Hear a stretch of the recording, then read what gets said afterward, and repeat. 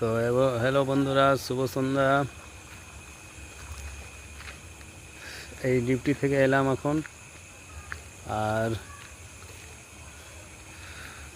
সারাদিন ডিউটিতে ছিলাম।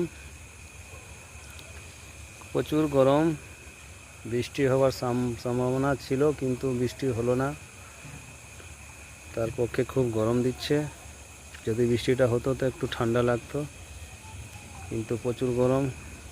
ডিউটি থেকে এসে পরে খাবার একটু খেয়েছি, প্রচুর গরম, ভালো লাগছে না। তাই বাইরে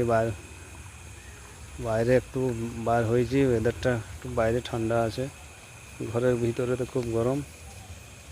তো বন্ধুরা, আমি একটাই কথা বলবো সকলকে, যত আমার প্রিয় বন্ধু আছেন, এই গরমে একটুকু কম খাবে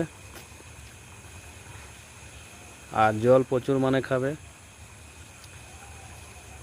যা গরম পড়েছে, তেলের ভাজা জিনিস একটু কম খাবে।